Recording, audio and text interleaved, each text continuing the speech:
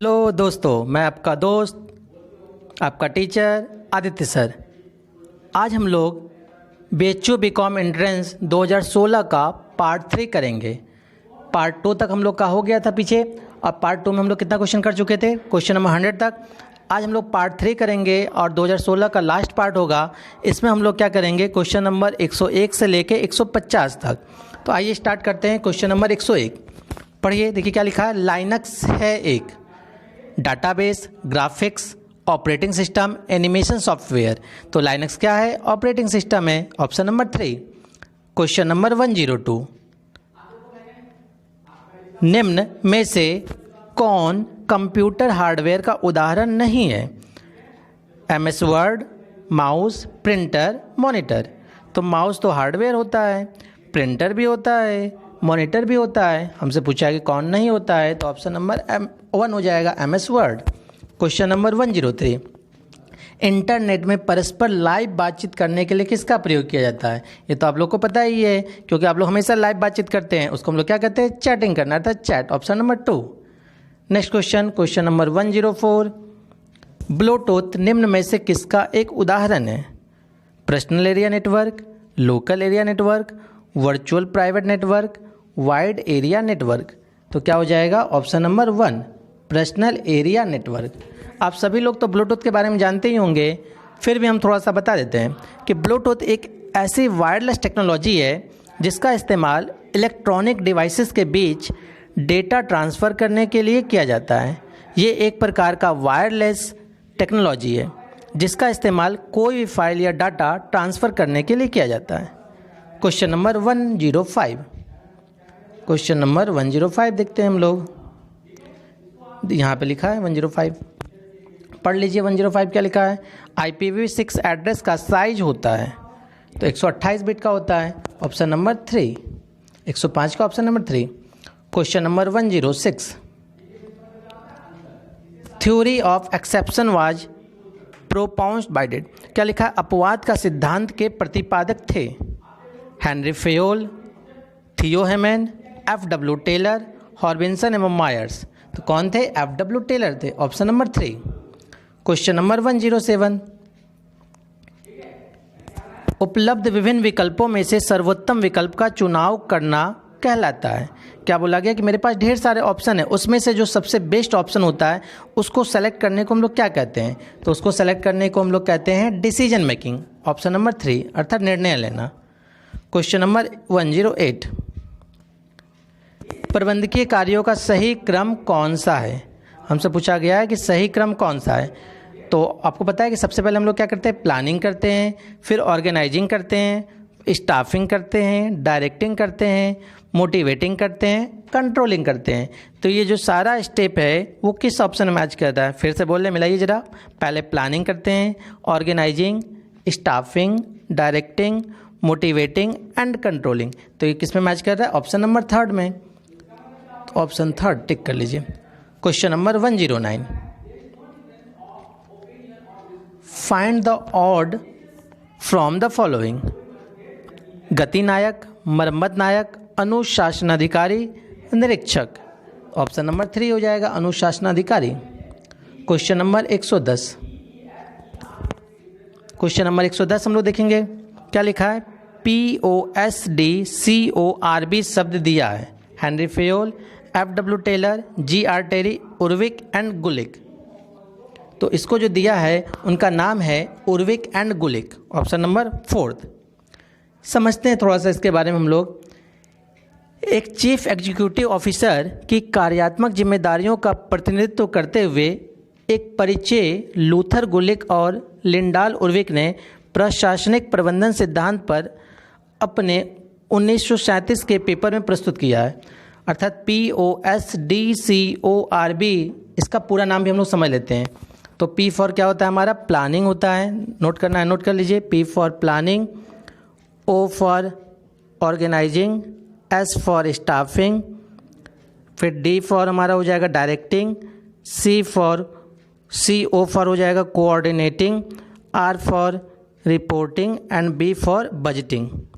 ठीक है। Next question number 111 निम्नलिखित में से विषम को चयन कीजिए जो सबसे अलग है। ठीक है, पहिया, संभाविता, गुच्छा, गपशप। तो सबसे अलग हमारा क्या है? पहिया, ऑप्शन नंबर 1। क्वेश्चन नंबर 112,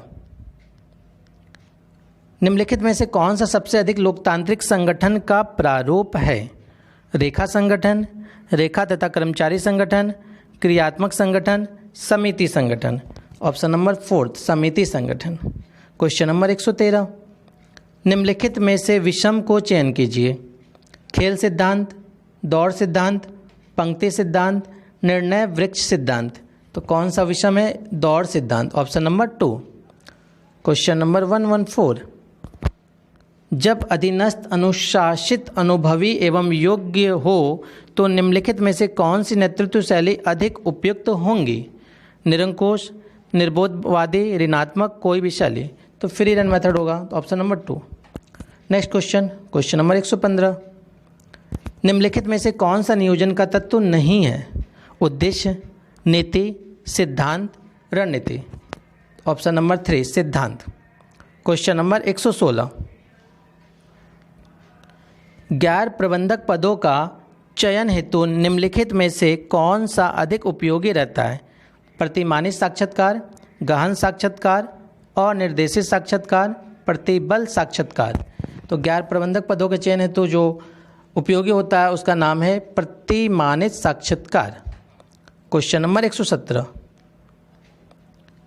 एक व्यावसायिक उपक्रम का प्रवर्तक हो सकता है एक व्यक्ति, एक फर्म, एक कंपनी, उपरोक्त सभी। ठीक है, ऑप्शन नंबर 4।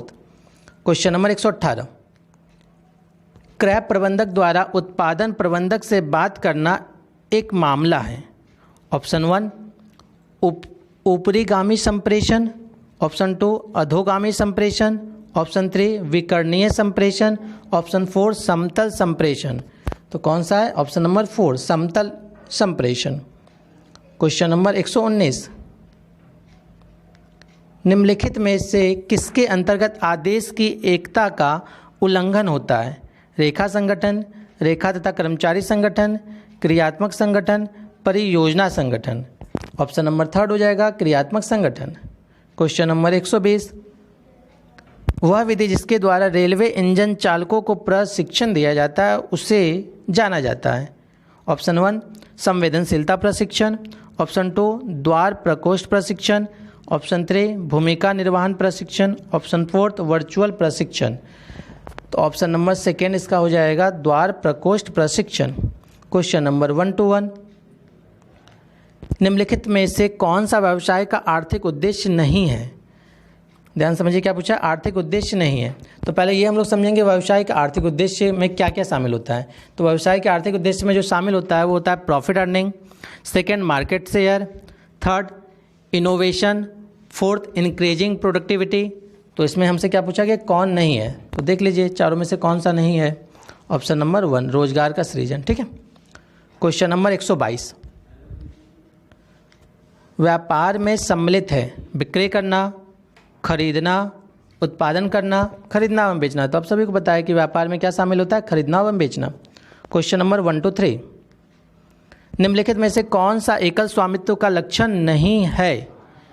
ऑप्शन 1 जोखिम वहन, ये तो है। अनुबंध, ये नहीं है क्योंकि अनुबंध जो होता है वो हमारा पार्टनरशिप में होता है। और सीमित दायित्व भी होता है, अपूर्ण नियंत्रण।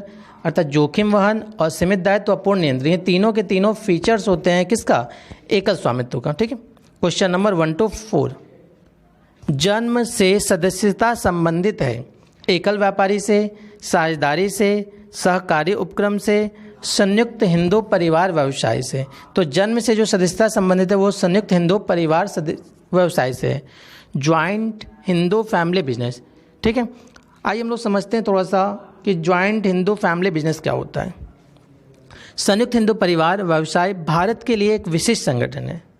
संयुक्त हिंदू परिवार फर्म कानून के संचालन द्वारा बनाई गई है। इसके सदस्यों से अलग और अलग कानूनी इकाई नहीं है।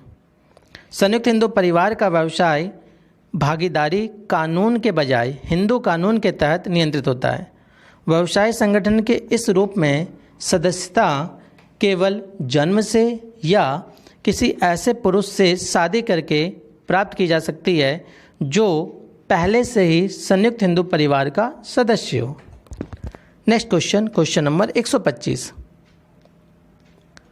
अंश की अहस्तांतरणीयता एक लक्षण है सार्वजनिक कंपनी का, निजी कंपनी का, साझेदारी का, सूत्रधारी कंपनी का। तो किसका है? साझेदारी का, ऑप्शन नंबर 3।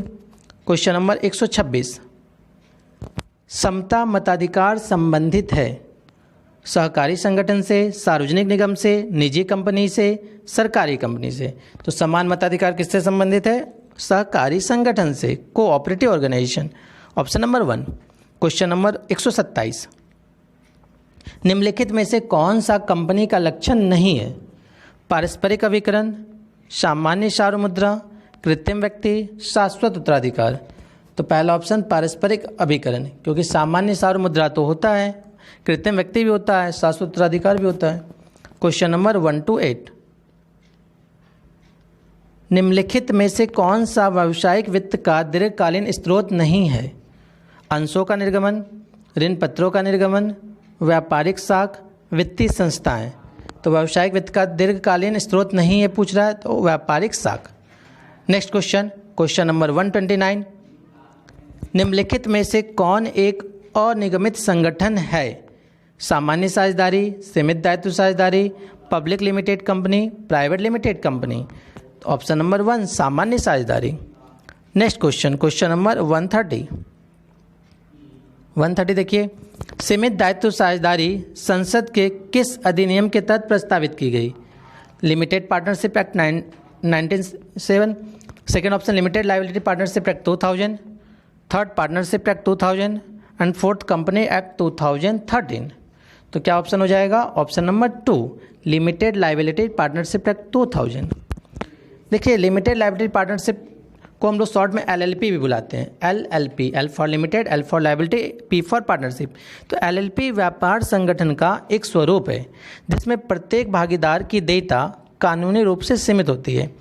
LLP तेजी से छोटे और मध्यम उद्यमों के लिए व्यापार के पसंदीदा माध्यम बन रहे हैं, विशेष रूप से सेवा उद्योग और संगठन में पेशेवरों को शामिल करने के लिए इसे अपनाया जाता है।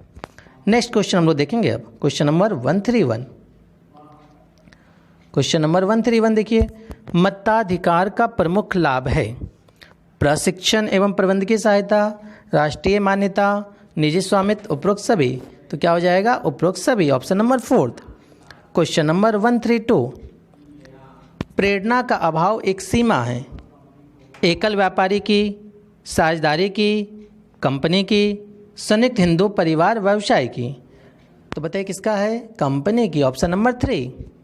Question number 133।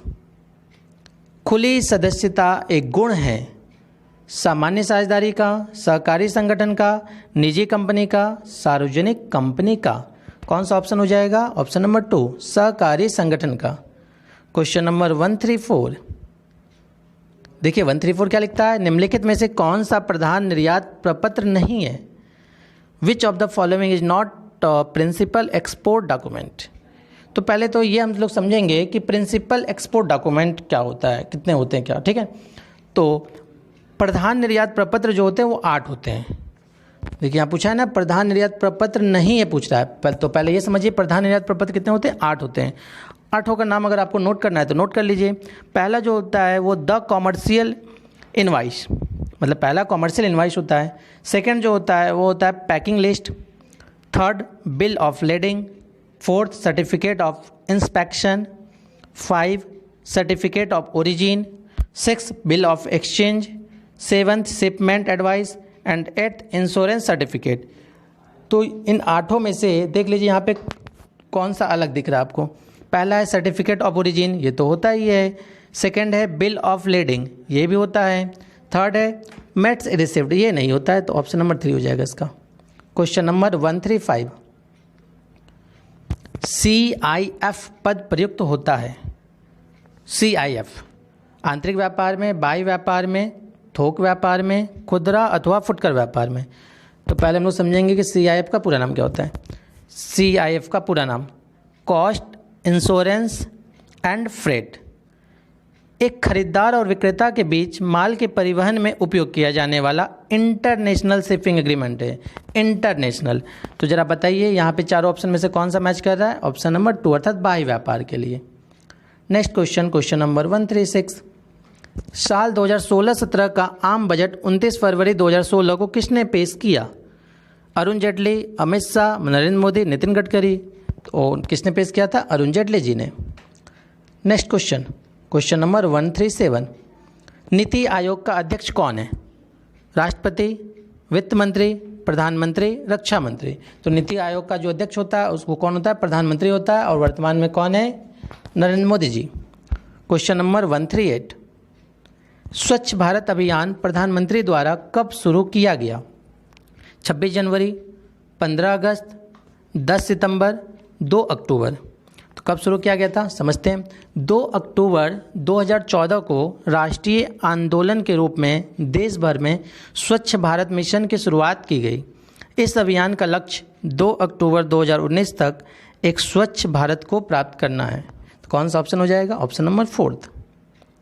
Question number 139। Bharat का 29वां राज्य कौन सा है जो जून 2014 को बनाया गया? गोवा, तेलंगाना, लक्षद्वीप, अंडमान एवं निकोबार। तो कौन सा हो जाएगा? Option number 2 Telangana. Question number 140। Bharat में हरित क्रांति शब्द किसने प्रयोग किया था? Manmohan Singh, doctor MS Swaminathan, doctor William Gaud, doctor V Kurien. तो option number 3 doctor William Gaud. Next question, question number 141। Bharat का पहला संपूर्ण महिला बैंक भारतीय महिला बैंक की स्थापना किस वर्ष में हुई? तो भारतीय महिला बैंक को BMB बैंक भी बोला जाता है, जो मुंबई में भारत में स्थित एक भारतीय वित्तीय सेवा बैंकिंग कंपनी थी।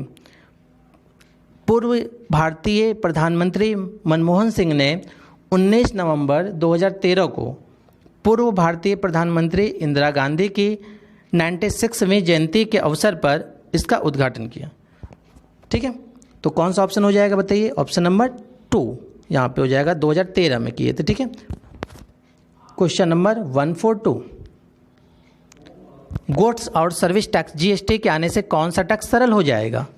तो आप सभी को पता है GST के आने से कौन सा टैक्स सरल हो गया? इनडायरेक्ट टैक्स, अप्रत्यक्ष कर। Question number 143। SEZ का पूर्ण प्रारूप क्या है? हमसे क्या पूछा गया? SEZ का पूरा नाम। तो SEZ का पूरा नाम क्या है? Special economic zone.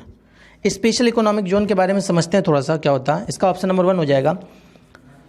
भारत में विशेष आर्थिक क्षेत्र अर्थात SEZ नीति पहली बार 1 अप्रैल 2000 को अस्तित्व में आई। इसका मुख्य उद्देश्य विदेशी निवेश को बढ़ाना और निर्यात के लिए अंतर्राष्ट्रीय स्तर पर प्रतिस्पर्धी और परेशानी मुक्त वातावरण प्रदान करना था। Next question, question number 144। निम्नलिखित में से कौन सा क्षेत्र भारत के सकल घरेलू उत्पाद में अधिकतम योगदान करता है? फर्स्ट ऑप्शन कृषि क्षेत्र, सेकंड ऑप्शन सेवा क्षेत्र, थर्ड ऑप्शन निर्माण क्षेत्र, फोर्थ ऑप्शन खनन क्षेत्र। तो कृषि क्षेत्र जो होता है वो 17.32% योगदान देता है। एग्रीकल्चर सेक्टर कितना हो जाएगा? 17.32%। ठीक है, सर्विस सेक्टर जो है वो 53.66, सर्विस सेक्टर 53.66% है लगभग। मैन्युफैक्चरिंग का 7.74% है लगभग। एंड माइनिंग सेक्टर का सबसे कम है 2.25। तो क्वेश्चन में क्या पूछा गया है कि अधिकतम योगदान, तो बताइए अधिकतम योगदान किसका है? सेवा क्षेत्र का, अर्थात option number 2। Question number 145। Bharat में मेक इन इंडिया की घोषणा कब की गई? समझते हैं। मेक इन इंडिया भारतीय अर्थव्यवस्था के 25 क्षेत्रों को कवर करने वाला एक प्रकार का स्वदेशी आंदोलन भारत सरकार द्वारा 25 सितंबर 2014 को लॉन्च किया गया था, ताकि कंपनियों को भारत में अपने उत्पादों के निर्माण के लिए प्रोत्साहित किया जा सके और विनिर्माण में समर्पित निवेशों के साथ उत्साहित किया जा सके। तो कब किया गया था? ऑप्शन नंबर 1 25 सितंबर 2014 को। Next question, question number 146। Bharat में डिजिटल इंडिया की घोषणा कब की गई? समझते हैं। भारत के प्रधानमंत्री नरेंद्र मोदी जी द्वारा 1 जुलाई 2015 को डिजिटल इंडिया का शुभारंभ किया गया था, जिसका उद्देश्य ग्रामीण क्षेत्रों को उच्च गति के इंटरनेट नेटवर्क से जोड़ना और डिजिटल साक्षरता में सुधार करना था। ऑप्शन नंबर 1 जुलाई 1, 2015। नेक्स्ट क्वेश्चन, कौन सा देश ब्रिक्स का सदस्य नहीं है? ब्राज़ील, रूस, भारत, क्यूबा। आइए हम लोग समझते हैं पहले ब्रिक्स। तो समझिए ब्रिक्स का बी फॉर होता है हमारा ब्राज़ील, आर फॉर होता है रशिया, आई फॉर होता है India, C for China, S for South Africa. तो हमसे क्या बोला गया है कि इसमें सदस्य नहीं है। तो देखिए पहला ऑप्शन ब्राज़ील तो है, दूसरा ऑप्शन रूस रशिया अर्थात है, तीसरा ऑप्शन भारत ये भी है, फोर्थ ऑप्शन क्यूबा ये सम्मिलित नहीं होता है। तो ऑप्शन नंबर 4 टिक कर लीजिए Cuba. Next question, question number 148, UNCTAD की स्थापना किस वर्ष हुई? 1988, 1964, 1956, 1960। तो कब हुई थी? 30 दिसंबर 1964 को हुई थी। Option number 2। Next question, question number 149, Bharat की सबसे अधिक निर्यात किस देश के साथ है? USA, जापान, रूस, UK। तो भारत का जो सबसे अधिक निर्यात है वो USA के साथ हुआ है। Option number 1। And last question आज का, क्वेश्चन नंबर 150 देखेंगे। भारत में किस क्षेत्र में 100% प्रत्यक्ष विदेशी निवेश स्वीकृत नहीं है? शिक्षा में, पर्यटन में, कृषि में, बीमा में। तो 100% जो FDI है वो किस में नहीं है अभी तक? तो ऑप्शन नंबर 4 इंश्योरेंस। इस तरह से हमारा 2016 के पार्ट 3 और पूरे क्वेश्चन कंप्लीट हो गए। Thank you.